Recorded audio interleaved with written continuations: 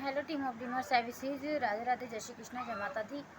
आज हम बात करते हैं फेस के लिए। तो यानी कि हम जेल लेकर आए हैं। ये फ्रूट ऑफ द अर्थ का फेयरनेस जेल है with liquorice and aloe vera SPF 14। तो ये क्या करता है, हमारे फेस पे जब कोई चिपचिपाहट हो जाती है, चिपचिपापन रहता है, तो इसे लगाने से चिपचिपाहट ख़त्म हो जाती है।